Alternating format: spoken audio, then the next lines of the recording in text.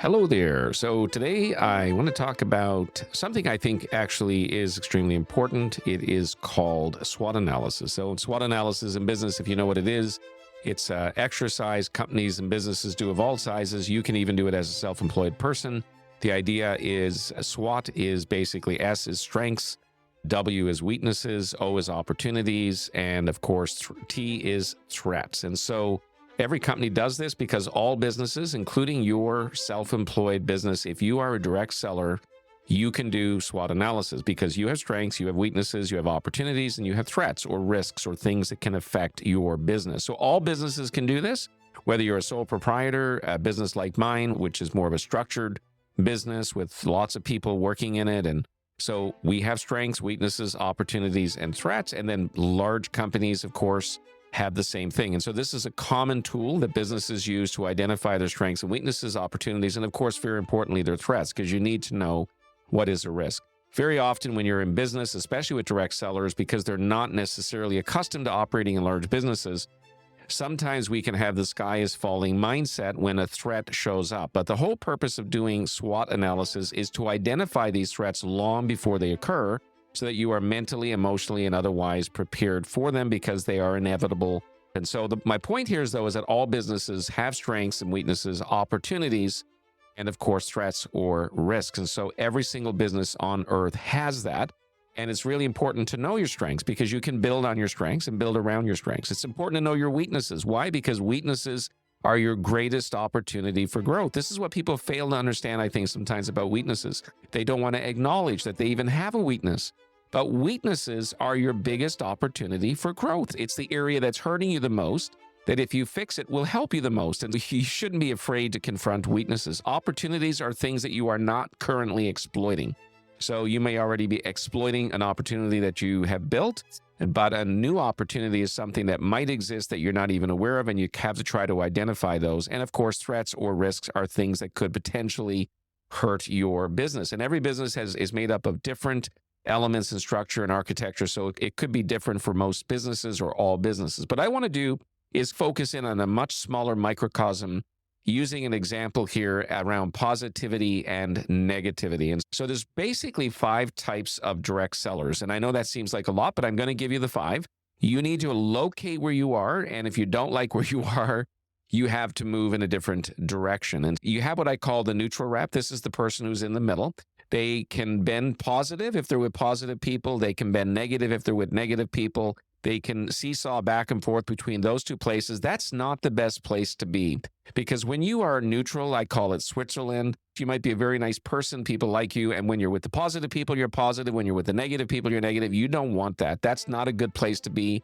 If you're a sole proprietor, a direct seller in business, you want to get away from being in the neutral position. So the first one here is neutral. You swing in both directions, and you got to be careful with that because you tilt right or left depending on who you're with. Then to the right of the neutral people are the positive people. Now, the positive people are not the ultimate positive, high energy people. They're in between the neutral and the very positive people there, but they're positive. So these are the people who see the opportunities that they have, and they see the silver linings that they have, and they are focused on exploiting them. But they're too much aware of potholes and pitfalls, things that could take them down, and that kind of pulls them back a little bit. They're positive, they're focusing on their opportunities and their silver linings, but they can be pulled back by negative people. They can be dragged back and disturbed. They're disturbable or potentially disturbable. So neutral people are very disturbable. Positive people could be disturbed, but not necessarily. They're mostly positive, focused around their opportunities. Then you have the very positive people. They are the direct sellers or signature sellers who know that there's potholes and pitfalls, but they are 100% exclusively focused on their opportunities and their silver linings and finding ways to exploit those opportunities and silver linings, and they will not allow potholes and pitfalls to take them down. They cannot be pulled back by negative people. They just brush them away and move on because they know they are a distraction away from what they need to do.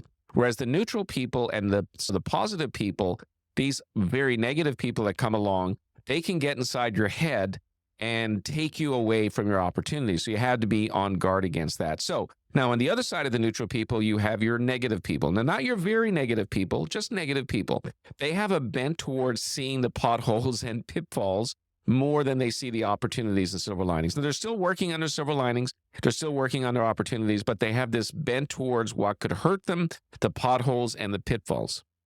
They are easily disturbed, and the very negative people can take them down in a hurry. So if you're in the neutral position or the slightly negative position, you want to change, you want to move yourself over to the positive or to the very positive, being a go-getter. Someone is not going to be denied. Someone is going to make it happen. Someone is going to move forward. Someone is not going to allow setbacks, disappointments, or negative people take them down. You want to be over there, so you have to decide where you are. Now, you have the very negative people. Now, they can be low performers, mid performers, or high performers. So yes, even high performers. And so sometimes negative people drag themselves forward, and it's just the way that it is. But they do a lot of complaining and whining on their way to wherever they're going. So these are people who see the opportunities, and they see that there's silver linings. And if they're high performers, they're obviously out trying to take that in.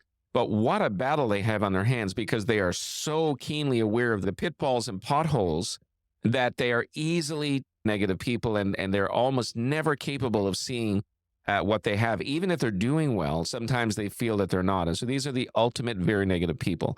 Idealistically, you always want to be at least in one of two camps. You either want to be a positive person, even if you have a slight bent towards being negative, or you want to be that very positive person, because all businesses have weaknesses. All businesses have potholes. All businesses have pitfalls.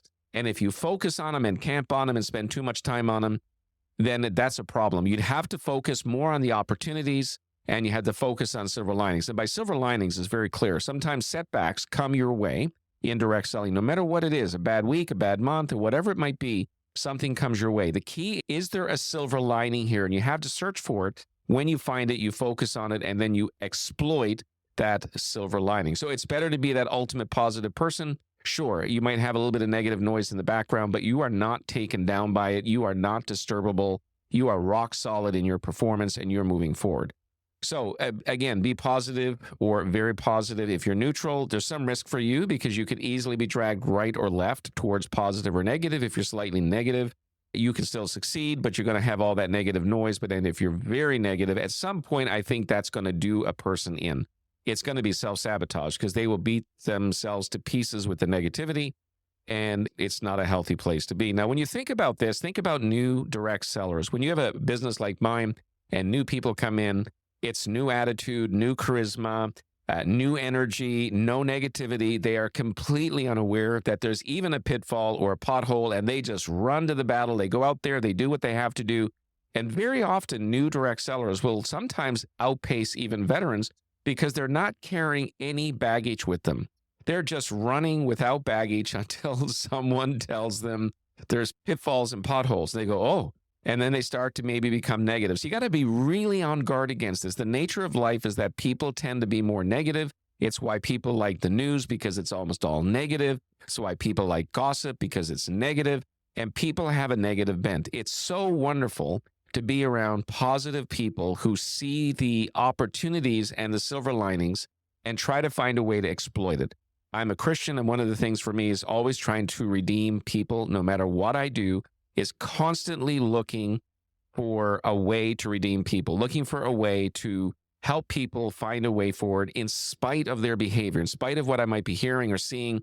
I realize that's a human being, and ultimately they would like to succeed, but for whatever reason, some program is running in their head that is preventing them from getting ahead. It's really important that we find our ways into positivity and help people to become positive. My business, we have potholes and pitfalls, but we have tons of opportunities and silver linings about different things that come our way.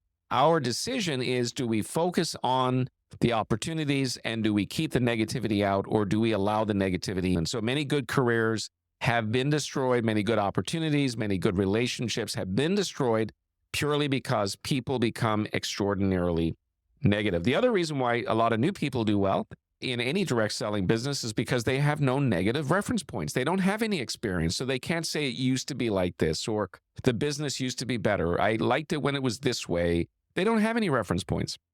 And so one of the ways people become negative is when businesses change, and all businesses change, period. End of story.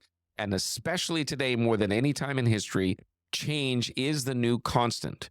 So the notion of will we ever get to a place where there will never be change? There's no industry anywhere like that. In fact, I'm pretty techie, and I can tell you, in fact, without question, that AI, machine learning, and these things over the next 5 to 10 years is going to dramatically change the job market. So being in sales and direct selling, so protecting your opportunity, has never actually been more important. If you're a direct seller, I would suggest, from what I know, that AI machine learning is most likely not going to replace you. So while we're going to see a lot of the job market disappearing or changing or morphing, without question, it's going to be a historical massive impact, this artificial intelligence, machine learning. But I believe sales is one of those things, like psychologists, etc. There's going to be certain fields that are going to be AI proof or machine learning proof, and I believe direct selling is one of those. So if you're in a direct selling opportunity and you have a good opportunity and it's a viable opportunity, you want to hold on to that. You don't want to let that go, especially with what's coming in the future. So you are uniquely positioned to survive the wave of change coming in the future with AI and machine learning. So whatever's going on in your direct selling world, if you are encircled in negativity, it's important to find your way out. And sometimes it can be difficult to do, but you need to find your way out of it. See the real opportunity that you have. Be grateful for the opportunities you've been given and make the most of it to happen. One of the first things you can do is look in your world to see who's extremely negative. And I'm not suggesting that you not hang out with them or be around them, but you should be on guard around them because their negativity can easily get inside your brain and rattle your brain. So you got to be super careful.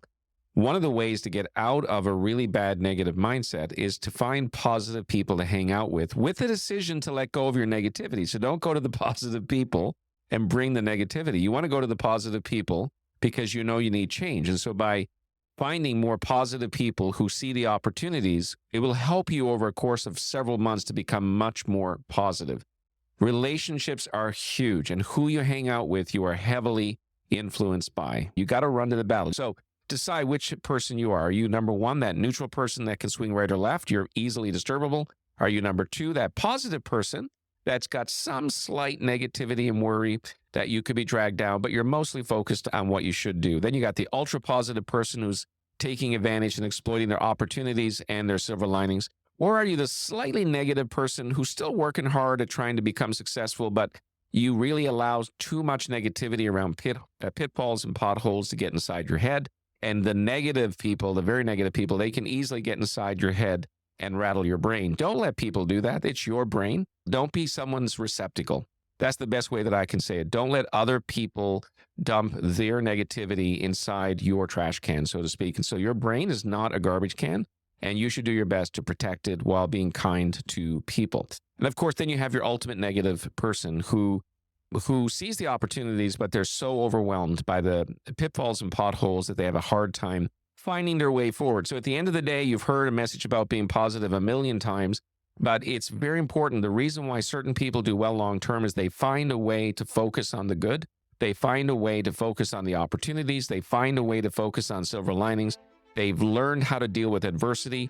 And rather than being defined by it, they define themselves in the middle of adversity and they make better choices. So whatever you're facing today, whether you're a sole proprietor or however you are, whatever business, car sales, retail sales, RESP, life insurance, whatever it is that you're in, multi-level marketing, you have to make a decision about what kind of a person you're going to be. I heard a statistic recently, over 5 years, you will be like the average of the top 5 people you hang out with. So ask yourself the question, who am I hanging out with? Positive, energetic people who are grateful, people who are doing that, or am I hanging out with negative people? Because you will become the average of those 5 people.